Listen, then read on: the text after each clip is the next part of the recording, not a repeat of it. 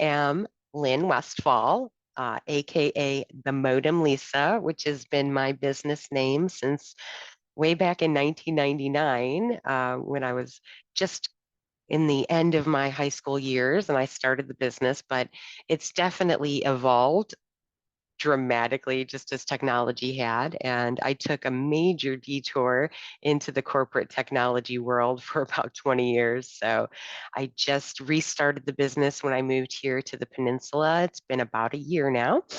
So I'm excited to bring my experience and knowledge to share with you and help you understand why I consider myself the technology mindful artist, because I am ultimately a singer, songwriter, creator, writer, artist, always creating different things, even like this training. But I was always using technology to create. So now I also know that I have to incorporate mindfulness into using that technology, understanding that technology, and bringing the advancements together to create new and exciting things. And I've sort of always been a proponent of mobile devices and sort of on that cutting edge of technology. I'm blocking it with my chair here, but way in the back behind me here is my very first laptop, which is an iBook from way back in 1998. It is the Tangerine model. Actually, it wouldn't have been 90, it would have been a 99 model, or maybe a 2000 model, but my parents gave that to me as sort of a pre-graduation gift. I had it for my senior year of high school, and I was the only kid in school graduating in the class of 2000 that had a laptop or was even thinking that they needed to be able to use a computing device remotely. And that's really what we're talking about when we talk about mobile devices and Internet of Things. These are devices that are no longer our desktop PCs, but they're bringing technology all over our physical world in different forms of mobility. Some of them, we're going to talk about IoT devices that are still network connected, physically plugged in, things like that. But now, when you look at the evolution of the future of these devices, I can remember in the early 2000s, the early aughts, wanting more and more mobility. And when you started off with cell phones, they really only talked. And then you had SMS. And once you got to SMS, then it was, oh, I can send photos. And now phones had to have photos. And then the smartphone revolution came. And I tried to jump on this bandwagon a little pre smartphone. So when there were still early Blackberries that didn't necessarily have internet connection, there were Windows phones that were trying to be, like laptops in your hand. And they were, as large as some of the mobile devices that we have today, which was laughable at the time. People thought that, who would want to carry around such a big device? Even when the first iPhones came out, I waited on an Android device that had a full keyboard and was a larger screen called the Samsung Moment, because I had used a BlackBerry, I'd used all these Windows Phone, all these crazy devices, but I knew that between iPhone and Android, I really wanted to go Android. It was open, which is sort of the operating system platform that it runs on, allows for developers to modify and contribute. So it gave a lot more flexibility than the iPhone did, which was closed source. But I also, wanted that full keyboard, and iPhones, until the virtual keyboard, didn't embrace that. So, I have always been kind of obsessed with mobile devices. So I'm happy to be here today to share this with you. So let's get started. And today we are going to cover understanding the benefits and opportunities of these devices for your business. You'll be able to identify practical applications. We're going to talk about a lot of applications relevant to businesses here in our community. This is a highly relatable class to businesses on the Long Beach Peninsula and throughout Pacific County, where we're driven by the tourism industry. We're driven by hospitality. We have fishing and other sort of agriculture industry, cranberry farms and whatnot. So we're going to talk about how mobile devices and IoT integrate into all those businesses. And we've already been talking a lot in the other courses about mobile devices and IoT, but just not directly. So that's why today's class, it doesn't necessarily have a packet of information with it like we've given in the others, though I would highly recommend referencing that other material along the way and maybe making notes on some of those different applications that we've talked about, the communications platforms, inventory finance. We'll talk about all these things, but they all have sort of mobile device applications depending on what you choose. And this can be, we have that technology decision or product choice worksheet where you're asking a number of questions to decide what software platform you want to use, and having a mobile device application might be a decision factor for you if you want to be able to access that information on the go. So this is something to keep in mind and incorporate throughout the data of all those courses that we've talked about so far. We're going to explore how using these IoT devices is being impactful in the supply chain. We talked about this a little bit in the last class, and we're going to touch on it again here, some of the different applications that are being used by IoT devices. And then of course it's customer, customer, customer. So all of these have customer applications, and we're going to talk about that. And I'm, going to keep you updated on some of the latest trends with these devices and how you utilize them. So I have a poll that's been going since we opened up class here. I'm going to go ahead and end that. And let's just talk about the questions and kind of the responses expected here. So how many of us currently use mobile devices like smartphones or tablets for our business purposes? And if yes, I gave you a number of options on what you might primarily use them for. I think for the most part, all of us are touching our business with our smartphone in some way, if we're using a smartphone, which most of us also are. So let's talk about, we're using our mobile devices as communication platforms, not so much phones anymore, right? Very uh, few of us, let's say, are constantly talking on the phone. If I go back to when I started my career in the early 2000s, you were on the phone all the time, and not just in sort of the customer service or other expected, phone-based industries, but I was in varying roles of technical support, but I wasn't like on a call center. I was just the person in the office that was responsible for managing technology. So I was constantly being called and answering questions. But that evolved to email, which became the primary platform for business communication for the majority of my career. It even took a while for, say, messaging, certainly SMS adoption in the business world. Um, Everyone had their own kind of way of navigating it.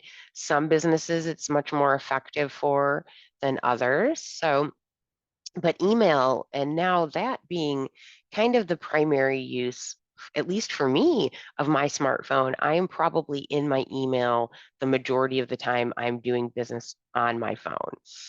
But I'm doing business on my phone in a myriad of ways that many of you probably are not yet, but I'm hoping that I'll be able to help you adopt those.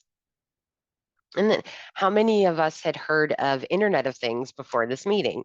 Um, Internet of Things have been around a long time, and we haven't always referred to them in this way, but now it's ubiquitous to our household. I have smart light bulbs. I have, I won't say her name devices, but, Google, Siri, these smart home speakers, clocks, all of these different devices throughout our homes and now businesses that are connected in some way to the internet and or maybe not the outside internet, but just a local network in order to connect to the system that's managing them.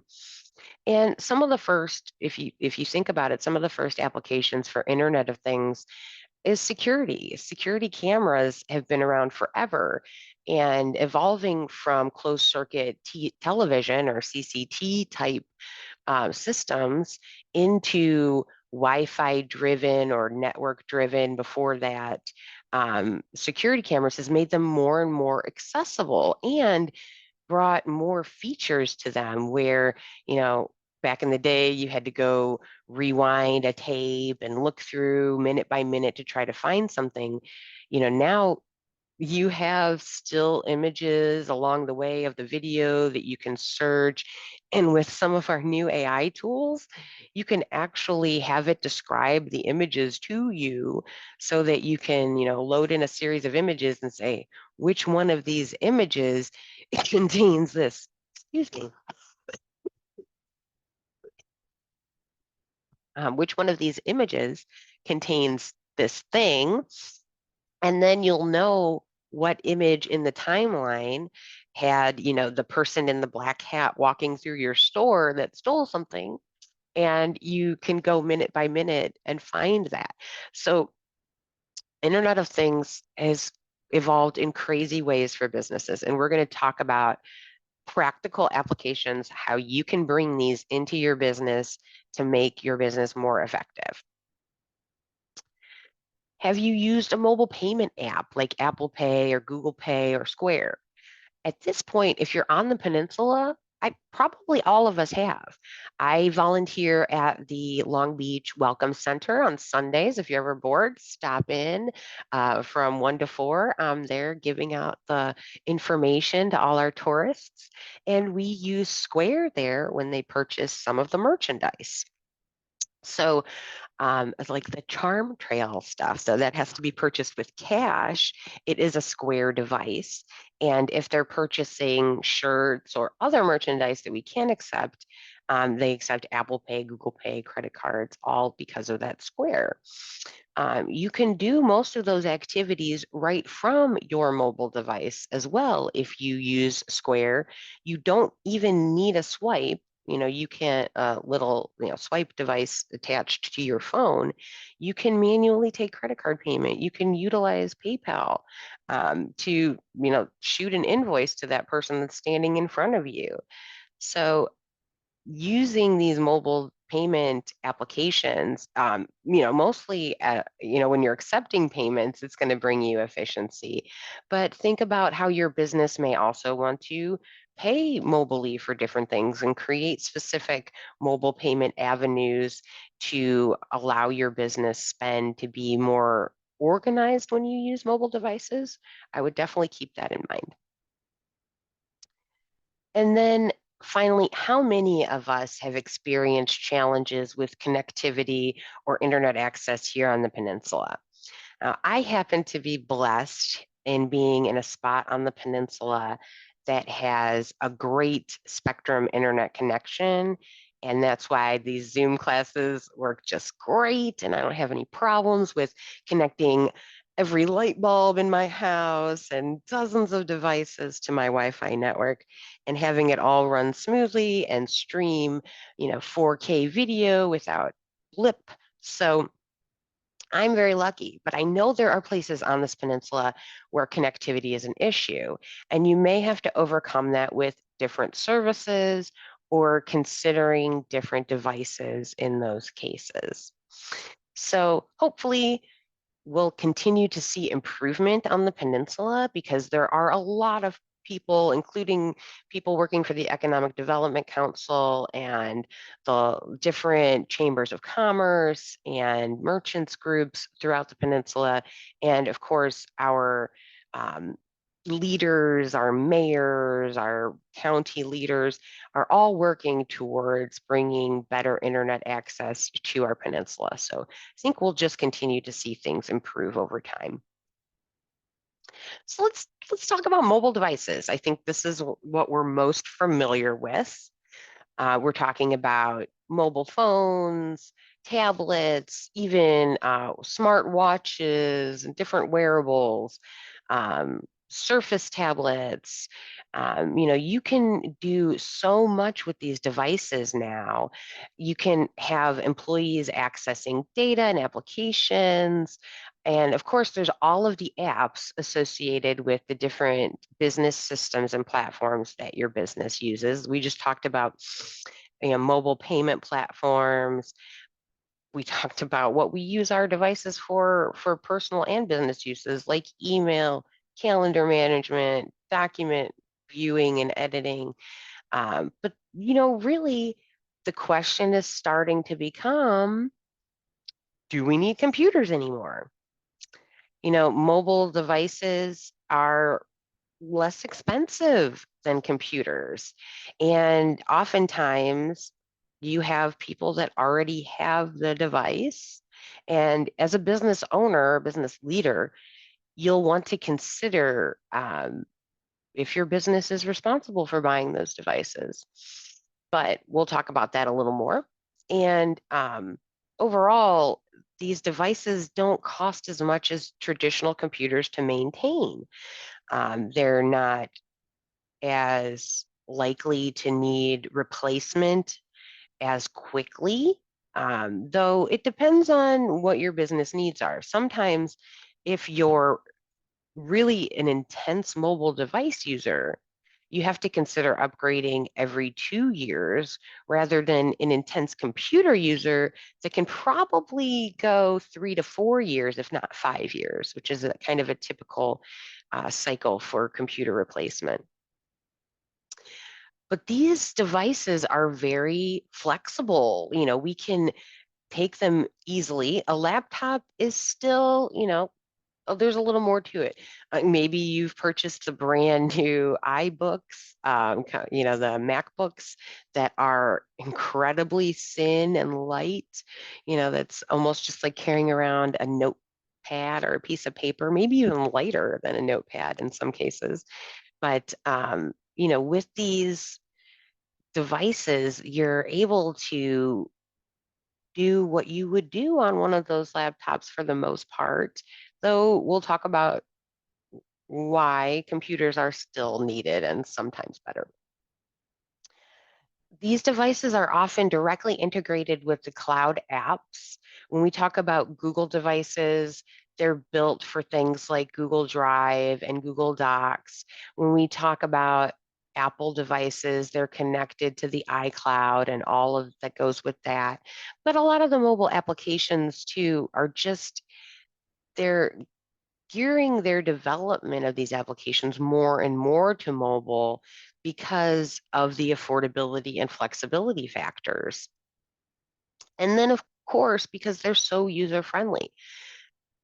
Most people are using one of these mobile devices for their personal use, if not for business as well already.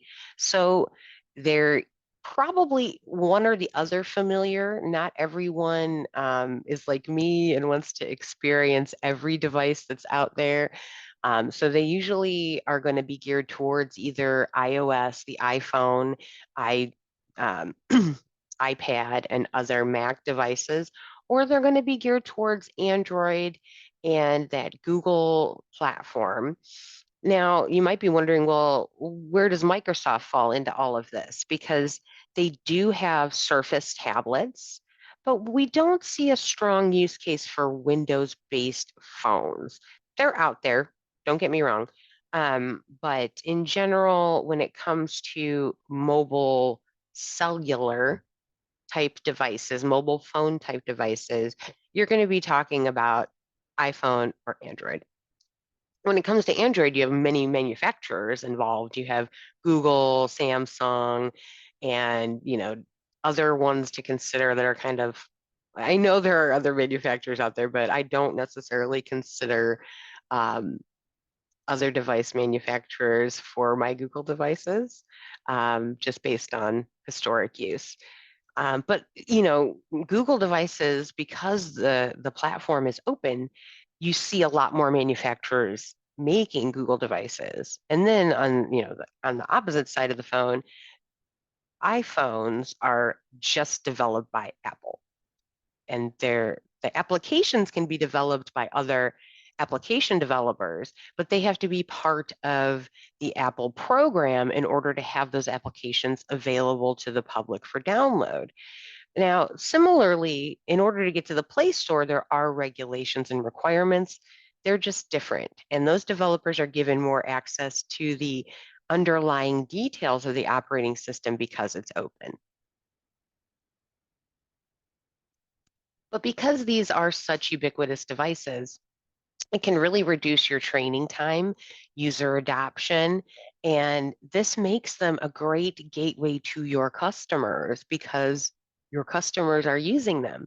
So we'll talk about the applications your business can create or use to connect to your customers as well. Bring your own device, or BYOD. So this is a consideration as a business leader that you're going to have to undertake when you're thinking about utilizing this as your business operations model. So you have 4 employees and you want to start utilizing email, messaging, document storage, and productivity applications from their mobile devices. So the question will be, are you going to buy them a dedicated business device, or are you going to ask them to use their own device?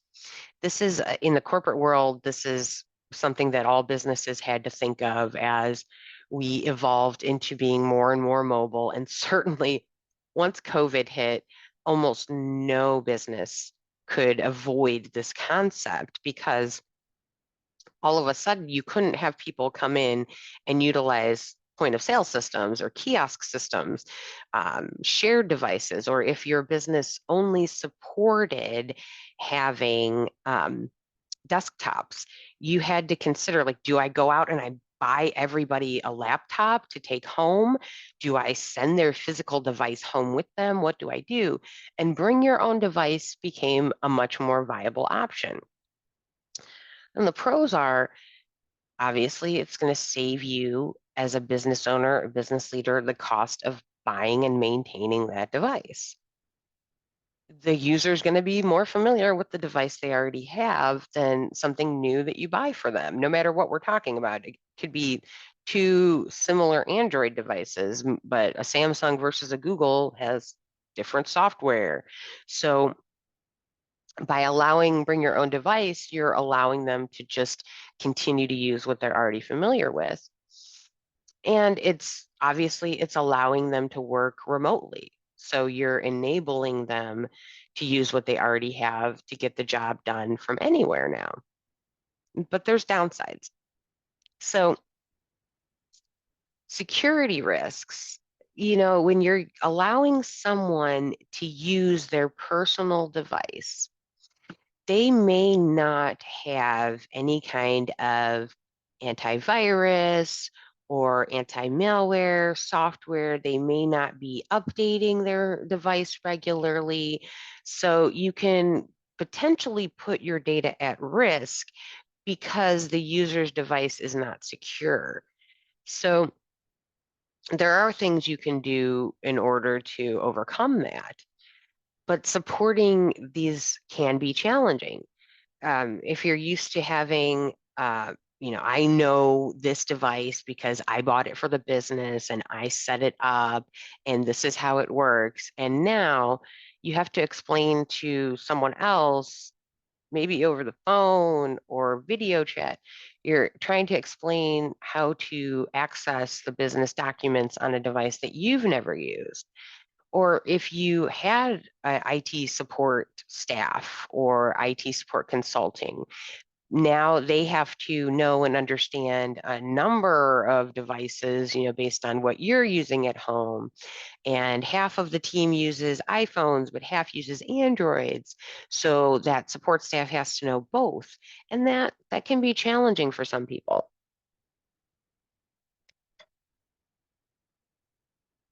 And of course, if they're using their personal device, they could be doing personal things. They can get distracted by their social media posts. They can, start scrolling through their pictures or get all of a sudden they're flooded with personal SMS. So, there are downsides, but ultimately the decision is going to depend on your specific needs, your budget, your security concerns, and those are going to be specific to each application that you're utilizing in a mobile space. So, you can often consider a hybrid approach where maybe you allow certain roles to use their own devices if they're not accessing critical data, or you allow them to do certain things on their own devices. It's always something that you should tailor to your needs. And if if it comes down to not feeling comfortable with a situation where you're not completely in control of that mobile device situation, you might have to go ahead and just buy those devices. And ultimately, getting back to the last slide a little bit, can mobile devices replace traditional computing?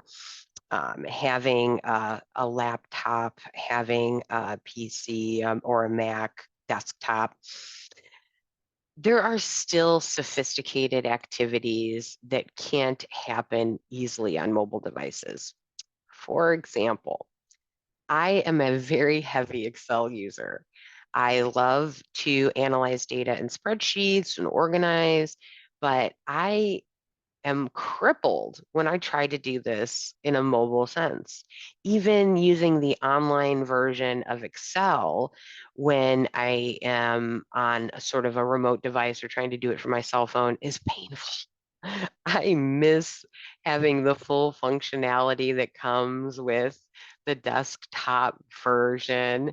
And it's just, I get frustrated because I need all of that robust features. I need a full keyboard and mouse.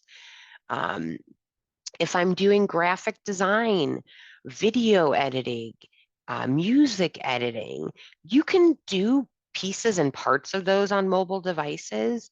But if you're trying to make, a 15-minute video with graphics and specific sound, and you're doing a lot of edits, it's going to be painful on a mobile device. The mobile device probably isn't going to have the processing speed that you need to get it done. So you'd have to use it in a cloud application. And I've used Adobe's cloud, Adobe Express, and some of the other sort of cloud-based video editing platforms, and they're still tough on a mobile device. So there are plenty of applications where we still need real computing. And certainly behind all of these computers, mobile devices, Internet of Things are servers and where the cloud lives in data centers around the world. Those are just expanding exponentially with the advent of, like, our last conversation where we talked about blockchain and those technologies. They use an immense amount of computing power. You can't do Bitcoin mining from a mobile device.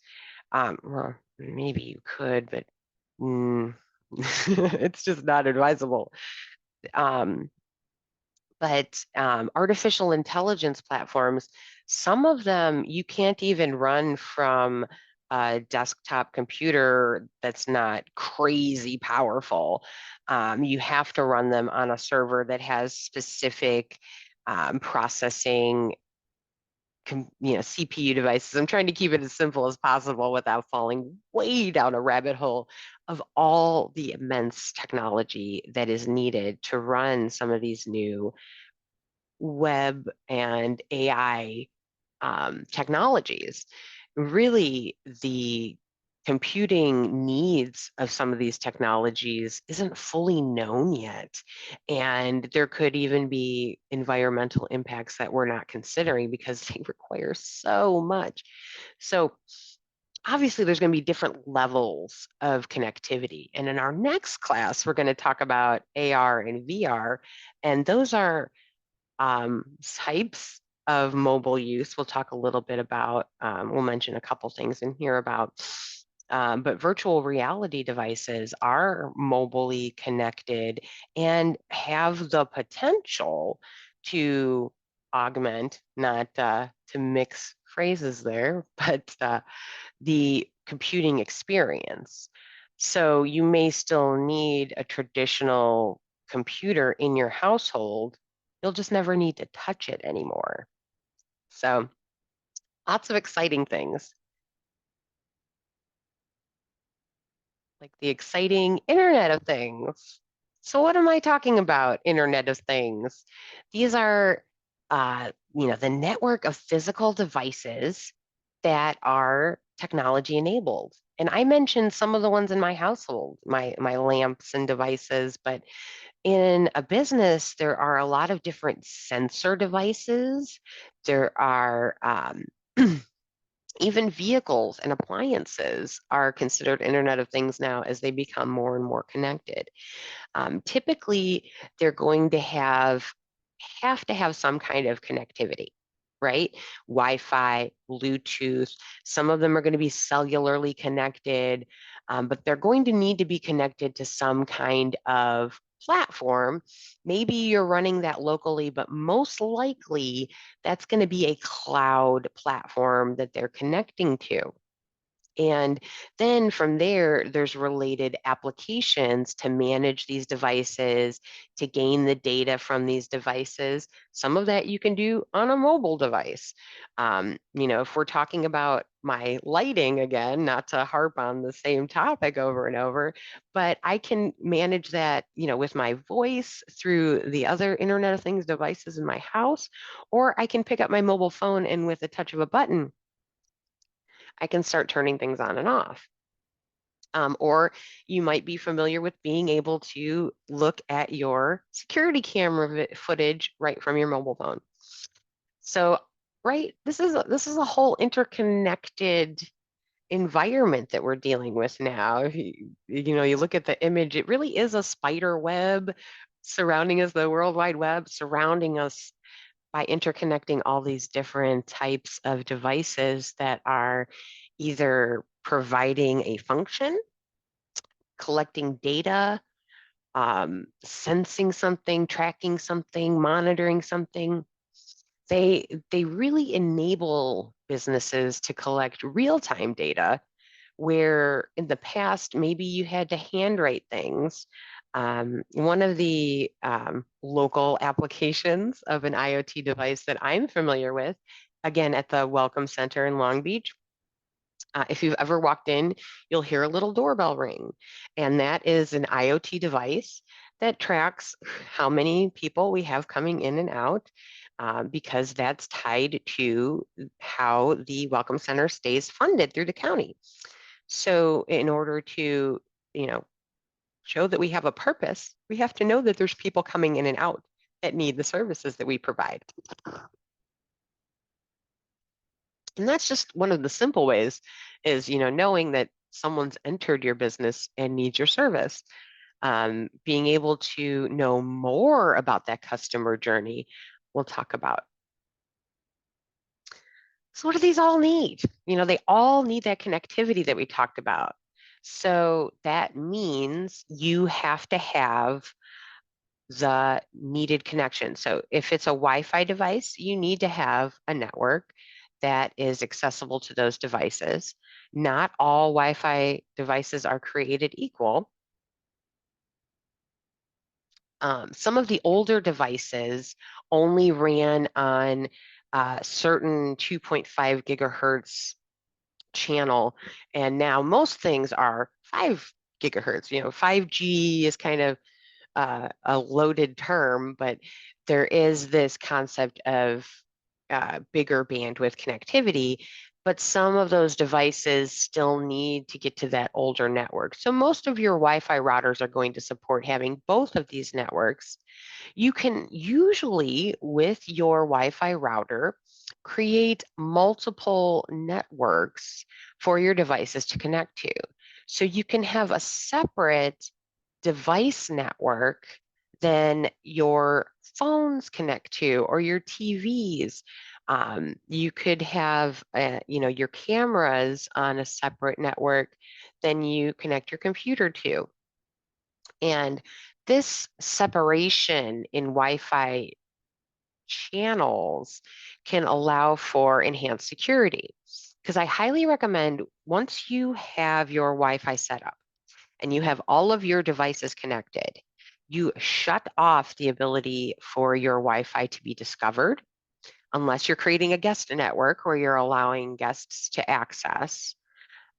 You can shut off the broadcast of your Wi-Fi network, and then you can prevent new devices from connecting to that Wi-Fi network. And this is just a precautionary method to keep your network secure from having additional devices connecting. It's not a 100% safe, secure method. It's not going to keep away everything, but it is one way you can add a layer of security without having to install additional software. It's right there in your router settings.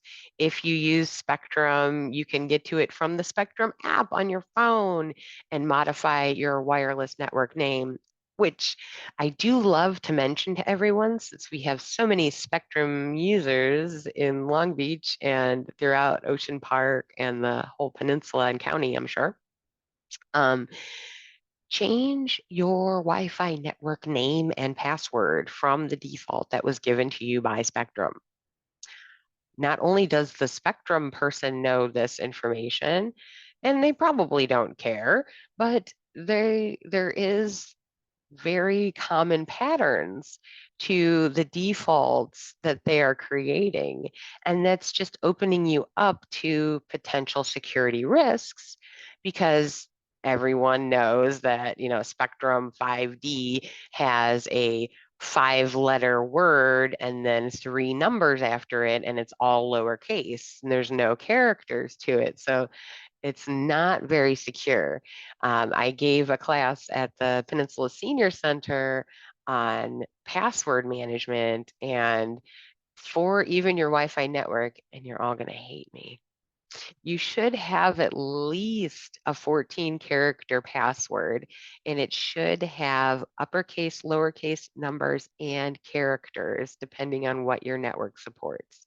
But you can make it something like a phrase that you won't forget, like I hate Wi-Fi with the number 8 in there and an exclamation point. And maybe not that one. I think somebody else might have thought of that already. So when you're using mobile devices as a business leader, you kind of have to be the master of the mobile devices and understand these aspects. And you're going to have to establish a very clear device policy. Are you going to use BYOD or are you going to buy company devices? What apps are you going to allow? What security requirements are you going to have? You want to write that out as a policy and know that all of your employees understand and agree to it. You'll want to ensure that if business data is on these devices, that all of them require a lock screen. And if at all possible, multi-factor authentication through use of biometrics. They should be using strong pins or passcodes in a thumbprint or a face ID, depending on the device you're using. Almost all of them have these capabilities now, so you should 100% be utilizing them. You will want to limit the data that you have accessible mobilely, just because there is that sort of concept that they're out in the world with this data. And if it's something that is accessible to be stored on that mobile devices are easy to lose. If it's something that is easy for people to see over the shoulder, you might not want them to be looking at personal HR data on their mobile device. You have to consider what makes sense for your business. There are different security tools that you can implement on these devices to make them more secure. Like I mentioned here, virtual private networks or VPNs can provide you an additional layer of security so that that mobile device is less accessible to attack. But you don't, if at all possible, you don't want your business data stored on those mobile devices because they are such a loss risk. And then you always want to make sure that they're kept updated. This is sort of difficult to implement in a BYOD situation where you're telling someone, hey, you have to turn on automatic updates. And larger businesses, because there can be a spend to it, utilize software called mobile device management or MDM platforms. And these allow you to control the mobile devices within your business. So, and Microsoft offers some options through their business platform. But this is something that's kind of, if you don't have, let's say 25 or 50 employees, these mobile device management platforms probably are out of your scope, at least right now. But you'll want to consider um, if the data is highly sensitive, you might want to consider a mobile device platform where you can remotely wipe a device, where you can use cloud-based services to find lost and stolen devices more immediately. Um, just because it's your business data and you're liable, even if it's their personal device. Ultimately, you need to provide basic security awareness and training to your employees if you expect them to utilize it on a device you purchase for them or on their personal device. You want to make sure that your employees are knowledgeable about security risks on their mobile devices. Make sure that if anything is native or stored on the mobile device, that it's backed up regularly, either by connecting it to a computer and taking it off, or if it's data that you're comfortable with, making sure that it's automatically stored in the cloud or automatically backed up to the cloud if it needs to be native for whatever reason. But most data today, you can just automatically store to the cloud. If it's a secure service like Microsoft OneDrive, then you don't have to worry about storing anything locally on that mobile device. Consider using locator service. Obviously, like I said, these devices are highly susceptible to loss or theft. And you might want to consider insurance when you do lose these devices. Some of them can be more expensive. I use a Google Pixel device that's close to $900. There's some of the foldable screen models are up to $1,400. Certainly, if we're talking about laptops and tablets, we're talking about expenses that your business doesn't necessarily want to lose. So having insurance or replacement plans, highly recommended. On my mobile device, I don't actually use insurance because I've never lost my device. I did leave it in the airport once, but I walked back to where it was and people were sitting there watching it, making sure that no one else stole my device. It was really awesome. But that was the only time in, having a mobile device for, gosh, I think since 2006. I've had some kind of mobile device and I've just never broken one. So you have to know yourself a little bit if you're just talking about your own device. All right. Well, we're going to take a quick break for any questions and allow everyone to take a little bit of a mental breather because we've covered a lot of important information and we're going to get into some practical use case when we come back from the break. So stay tuned and we'll be back in, let's say, 5 minutes.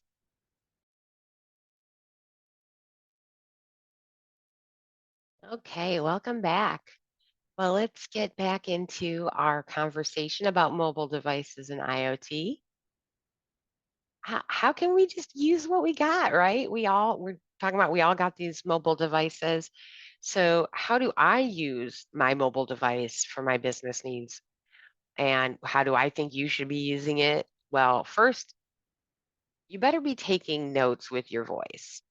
So, now Google and iPhones allow you to take notes with your voice and they'll transcribe it for you. So you can basically speak anything you need. If it's an instruction or a thought about an email, a lot of it natively within these applications. Use your voice to save yourself sums. Because it's not easy to type out or, even if you're using swipe text on your mobile device, it's not nearly as easy as speaking. And transcribing has gotten so much better. It used to be, oh gosh, I remember back in the very late 90s trying to train Dragon Dictate to understand what I was saying to it was hours of reading text that it knew so that it would learn my voice. And now, without any training at all, these devices can very easily transcribe your voice and you can save it automatically to the cloud if you're using a Google device. It's all built in, it's very easy. So, I highly recommend starting to get into a good habit of using your voice with these devices. It can be a little uncomfortable at first, like, are we all going to be walking around just talking to our devices? Especially now with artificial intelligence search being integrated with voice and then speaking back to us, we're going to be in a world where everyone's kind of walking around talking to their devices. Get ready. You can use the photography features, the camera features as a replacement for scanning or just taking pictures of documents as reference, or if you're out on the go, something that you needed to remember, you can easily take a picture of it and reference back to it. One of the things that you'll have to consider with the use of these mobile devices as kind of these remote capture is that you do have to have a capture intake process. I had a class on this at the senior center too. If you're interested in any of this information, please feel free to email me. Um, but you kind of have to set up a regular cadence for if I store my notes in the cloud or if I have to copy them from my mobile device to my machine. And then you have to download all the images and tag and sort and file them, so to say. You need to kind of build a good habit around doing that. Like for me, because I'm capturing so much, at the end of the day, I have to sit down and, okay, did I capture all my notes today? Did I capture all my images today? Did I capture all my videos today? Because, of course, you also want to use videos. And those videos can be used for training where you're going through one of the processes you do in your business regularly, and you want to be able to train other employees on doing that, record yourself doing it. Talk to yourself while you're doing it and it'll transcribe the video for you too. So now you have a video to use as training material, and you have documentation to use to go along with that video. So it's use what you have in your hands here. You have a powerful device available, but keep in mind all those security issues that we talked about. Is the data sensitive? Where is it being stored? Who has access to it? Keep that all in mind. And of course, all with images and videos, you're probably also going to be using them for social media use for your business. You're use them to take promotional images. I would say you want to consider the age of your device when you consider use of images and video. A device that's 3 years old is going to have much more limited video and photo capabilities than a new device. And depending on your application for it, it can be noticeable to your customers that you're using an older device to capture video or audio or images. You're probably already using some kind of messaging apps to communicate, but you can use these as channels of communication to your employees, your clients, and your vendors. Maybe they're not all going to hop onto a WhatsApp group with you, but you can easily use Messenger or SMS and different platforms, and this just makes communication faster than ever.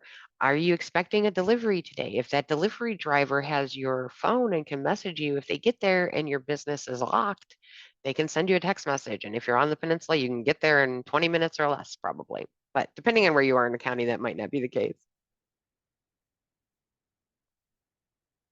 Video conferencing. So if you're watching this video instead of attending the class, you could have attended from your mobile device. You didn't have to miss the live class, but there's lots of different apps for doing that. And as we become a more global economy and even want to stay connected, you know, going from Ocean Park to Raymond in the county is kind of a haul for me. So I'd rather use video conferencing to connect with you unless there's something that my physical presence can provide that's different. I think that using video conferencing is just a miracle because for most of us, working in a quiet, calm environment rather than a busy office can be much more productive. So I embrace video conferencing. I highly recommend it. We talked a little bit about your mobile device can be a point of sale for you. If you're out on the go and you run into someone and you want to send them an invoice, you can do that in a bunch of different ways. Or if you are someone that is a creator, you make your own physical things, you want to be able to sell anywhere you are, right? So use those mobile point of sale systems. You can manage your to-do list. You can manage your calendar. You can manage your time. So they can even, pop up reminders to you regularly throughout the day.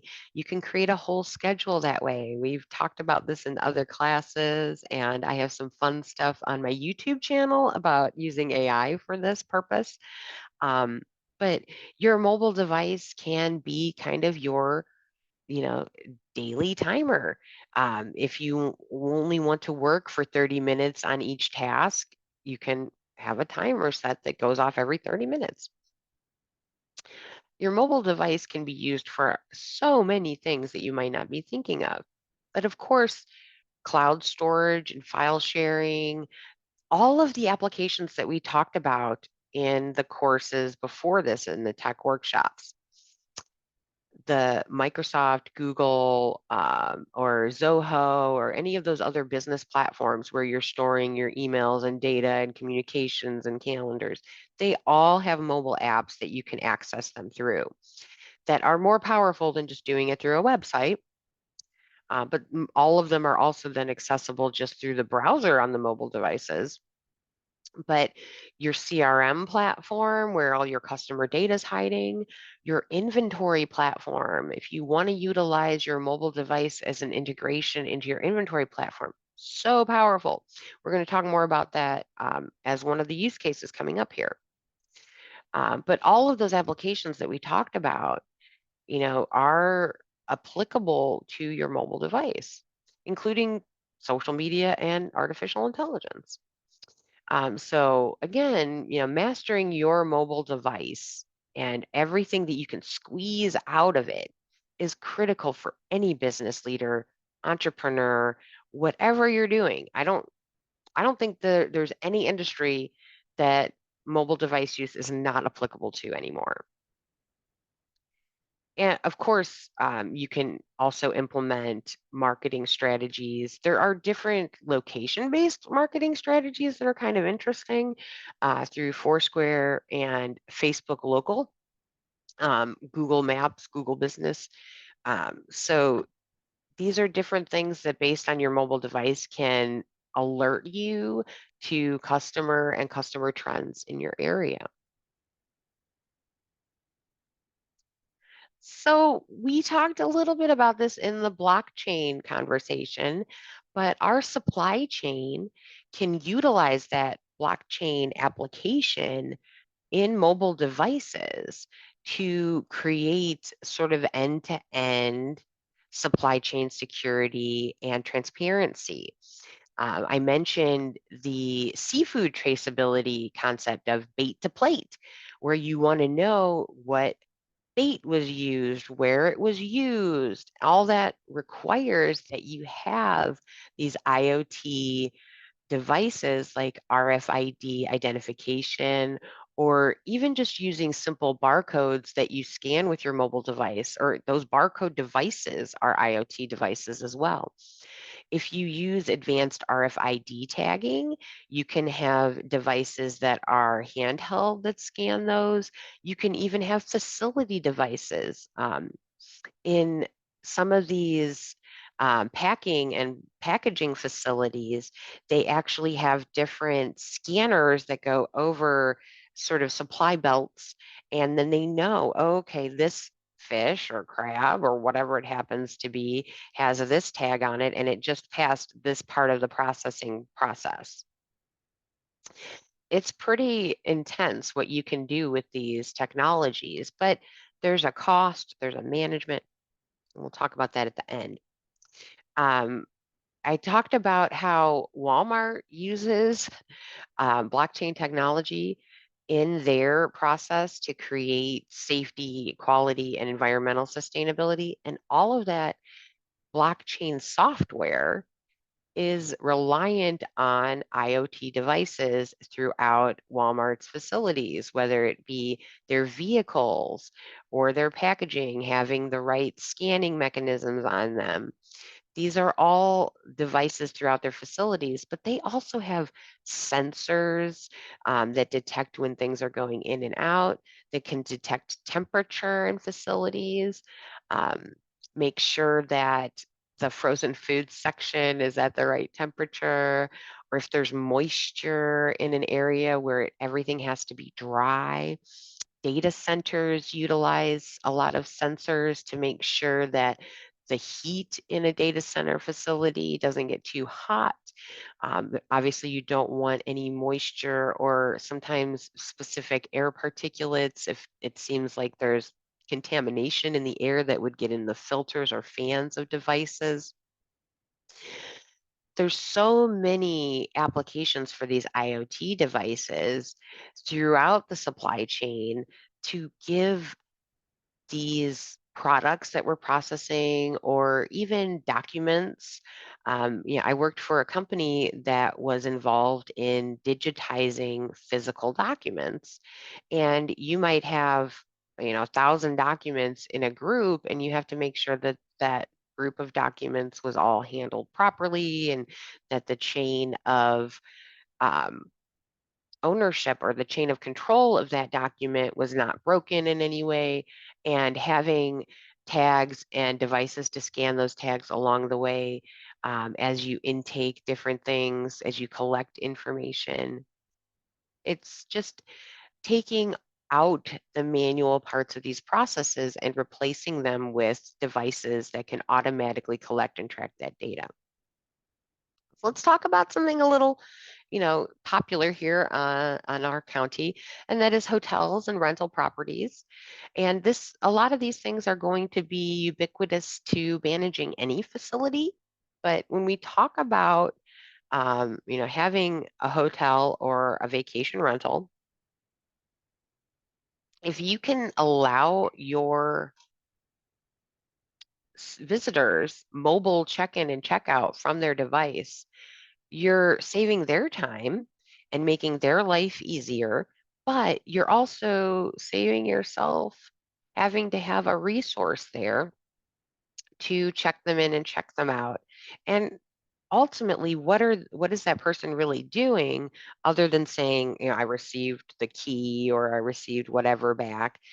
You're probably not sending someone simultaneously to check that room based on the check-in, check-out. They're not holding that person there until you check on the room.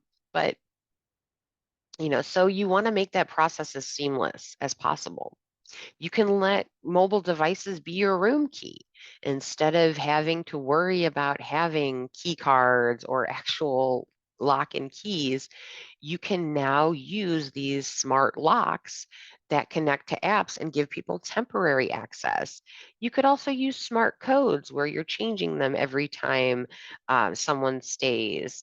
And or you can use camera service to, photo identify someone and allow them in. Use mobile concierge services. And this goes on both sides of the spectrum, right? Allowing a customer to request something mobily and being able to respond to them mobily, even if it's just SMS. And I know this may sound hokey, but if you have a business phone and that's only used for the concierge, excuse me, then why not allow your customers to send text messages for what they need? You can also provide in-room controls through tablets and different devices in the room. And this is something we'll touch on in kind of every category. If you're considering creating a mobile app for your business or even through your website and allowing it to be designed well for mobile devices, creating a loyalty program for those customers. Um, this can, where they're building points every time they stay, or if they do different things at the hotel or facility. Um, it brings the customers back if they feel like they're getting something for being a loyal customer, and enabling that through their mobile device, even more kind of through social media and sharing it too. They're going to recommend you and they're going to come back for that experience again. So Internet of Things in these, we talked about how those mobile devices, but some of those applications can also be Internet of Things, like I talked about camera check-in and check-out. But a hotel may need to monitor and maintain energy sensors so that if no one's using a room, that everything in the room is turned off, and or even in some of the general areas of the facility, and that can be through smart lights. Like I have, where they can detect you coming in and out of the room with a sensor, where they're on timers or different controls, or you're just able to control them from a mobile device. Um, Predictive maintenance, right? If you have sensors, you can track the last time that maintenance was performed or send an alert if there was some kind of malfunction with the device that you want to get to your maintenance personnel. Even just having a camera in a certain scenario might be beneficial for a maintenance person to be able to see into difficult areas of mechanics, and avoid having to go into all of those spaces to check on things. If there's a potential that the issue could be in different areas, from their mobile device, they can look at the cameras in all of the areas to understand where the issue is. I talked about the camera a little bit, but occupancy monitoring with sensors, you can even optimize, when housekeeping goes. If every time that person leaves the room, you know that that room is empty. There's actually very specific systems for occupancy management that hotels can utilize. That's something that your business can look into so investing in. I talked a little bit about smart locks. That's for our homes, that's become common. So I think utilizing it in a hotel situation, super beneficial. Not to mention, you can also have remote control capabilities for your staff on some of these areas. Like if you have a pool that you only want open at certain times, um, instead of having someone having to physically go down and unlock that door, they can do it remotely. Um, Asset tracking, maybe not a huge need within the hotel industry, but you can use tags, RFID tags, to track luggage that you might be monitoring for a customer, linens or other equipment that you need to move throughout your facility. So there's lots of different devices out there, and really every industry has devices tailored to them. Once you start looking, you're like, wow, I could use this in this situation. It's so open. So let's move on to restaurants and cafes. So some of the businesses on the peninsula already have mobile online ordering. Very few of them have delivery, but there are some out there, right? But the more prolific that becomes, the easier it is for your customers.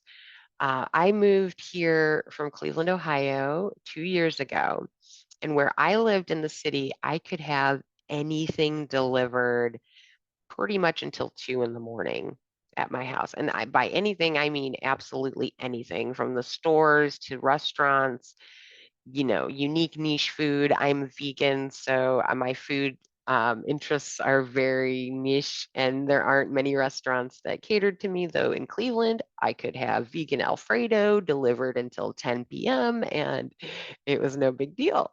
Um, but if you can allow people to order ahead via a mobile app or even just through your website that they can access on their mobile phone, it allows you that prep time, so you don't have someone waiting in line. You can better organize how you deliver that process. And you can even enable contactless pickup where that person has a number. They go pick up their order that's ready and waiting for them, like at Starbucks or any of the other large chains. It may seem daunting for a small business to consider, like, I want a mobile application. It's not. You just need to find the right business partner out there in order to create that for you. And there are resources here on the peninsula for you, or there are remote resources that will build applications for you. There are a lot of applications that you can just rebrand for your business that will do things like loyalty programs. And obviously, there's a lot of different ways to accept mobile payment. So when you're in, a restaurant situation or a cafe situation, you just want to make sure that it's really easy for people, and then they can focus on what they like about your restaurant, cafe, your product, your atmosphere, and those different things. Just having a digital menu, even if you don't require that it's there, um, people want to look at your menu before they go into your restaurant. And they probably want to do that from their mobile device while they're walking around town. And if they can also reserve a table or place an order in advance from that same platform, you might gain business that you wouldn't have normally gained. Now, Internet of Things for restaurants and cafes, there's so many neat kitchen appliances that are smart now that you can make sure that things don't get burned, things don't sit too long, things are measured and weighed appropriately and automatically.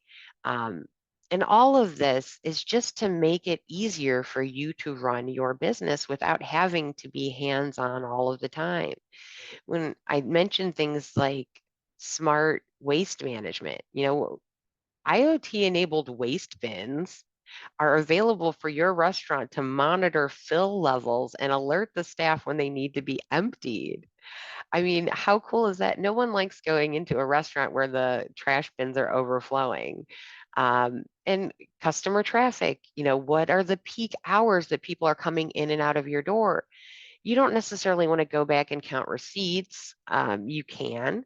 Maybe you have an automated way of doing that through your ordering process, but you could have door sensors that were just counting the traffic. There's lots of different ways you can do this. And all of us are looking to manage those energy costs, like I said. So you can have different things on timers. You can ensure that things are at the right temperature. So your HVAC system is optimal and your freezer isn't over freezing or under freezing.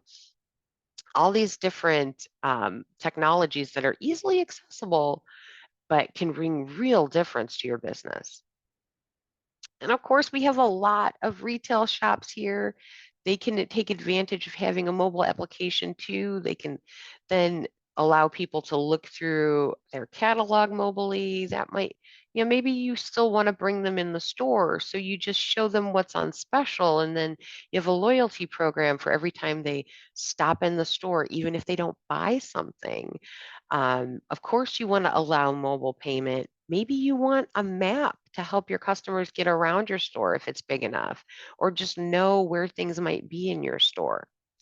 I dropped the augmented reality bomb here. You could have people walking through your store with their mobile device and different features popping up at them as they walk through their store, like, oh, this is on special, or, you know, augmented reality is next class, so I'm not going to steal my thunder there. But start to think about ways you're allowing your customers to gain more data through use of their mobile devices. And there's Internet of Things devices for smart shelving where you can detect when products are running low and automatically send a message to your employees to refill them. You could have, if you have fitting rooms, they can have personalized recommendations or display product information, allow customers to ask for assistance through a mobile app.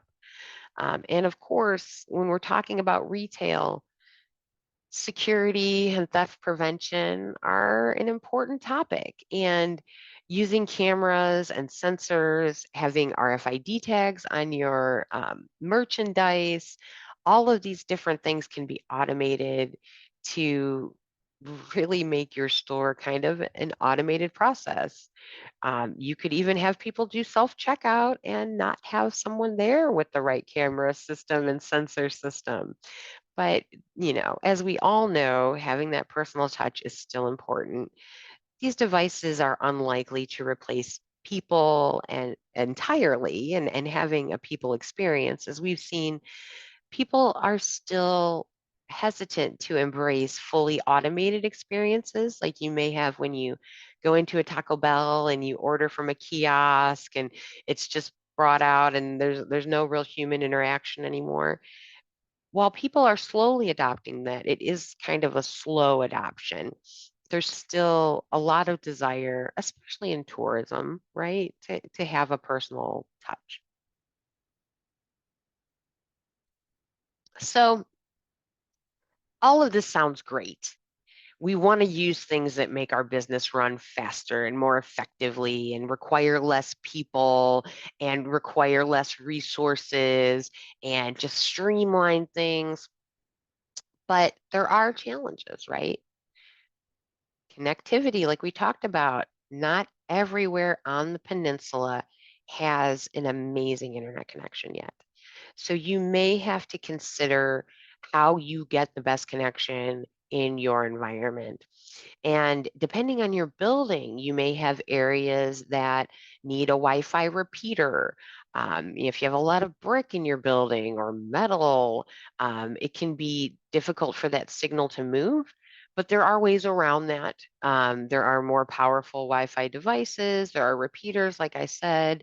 You can just use multiple routers to create more of a fabric. Some of these devices can be connected through power outlets, where a network through power outlet is possible. So connectivity can be a challenge, but usually we can overcome that. Security. We talked about if you allow your employees to utilize their personal mobile devices, there can be security concerns, even business security devices, if they're not properly configured. You're not training your employees to understand how to act securely on them. There can be a lot of risks, but there are rewards. So you have to balance that out for your business and decide where you can implement these securely. Ongoing maintenance. As with any technology, you have to continue to maintain it. Software needs to be updated, hardware will need to be replaced from time to time. Here we have sand and dirt and dust and salty air. If these are devices that are outside, that are sensors, things can get clogged, things can get broken. They need to be taken care of. Very few things with technology are set it and forget it. There's always some amount of maintenance that has to happen. So you want to consider that as you approach a mobile device, an IoT model for your business. Factor in the ongoing maintenance and support that you'll need for those devices, which is going to add to the cost. So you'll want to understand every aspect of the cost of implementing mobile device and IoT strategies. The cost of the device is just the beginning. The cost of the network, the cost of the maintenance, all of these things need to be considered. There might be legal costs if you're wanting to ensure that you have the right privacy policy for the data that you might be collecting with these devices. All different costs should be factored in before you make a decision on what you want to do. And then, of course, there's employee adoption and training to consider, which can also be part of that cost. And employees, you kind of have to know your employee base, or not all of them are going to be readily adaptable to taking on these new technologies. But you can create user-friendly training. There are resources available through our local library system, which I highly recommend checking out. They can provide you with assessments so that you can see where your employees are with technology today. And then there's training on using different types of technology that are available through the library system as well. So if you haven't checked out their technology resources section on their website, highly recommend it. Of course, our customers also have to embrace the technology that we deploy. If we create a mobile app and no one uses it, we've just wasted that money. And there might be money needed to consider in the cost for marketing that mobile app, for getting your customers to adopt using mobile check-in or checkout, or to be a part of loyalty programs in order to come back and be that you know, point earner. You may have to spread the word. You may have to hire someone to engage them on social media. So this also fits into the cost, but it can be a challenge, and you want to get the most value out of it. So having your employees and your customers on the same page with you is how you do that. So if there are any other questions, I'll take those now. But otherwise, I thank you so much for joining me today and listening to me share with you all about mobile devices and Internet of Things, how they can help your business. Hopefully, you're walking away with some great ideas on how you might transform your business with these devices, how you personally can pick up your mobile device and record voice notes for business purposes or take videos. I'm sure you're just bubbling with concepts that you want to explore.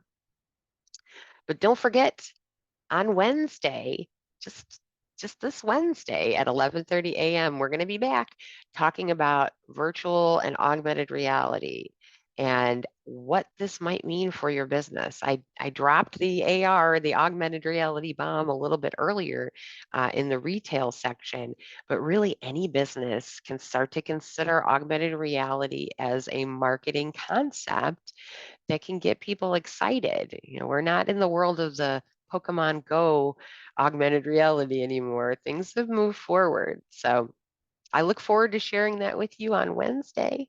And I thank you so much again. Have a wonderful day.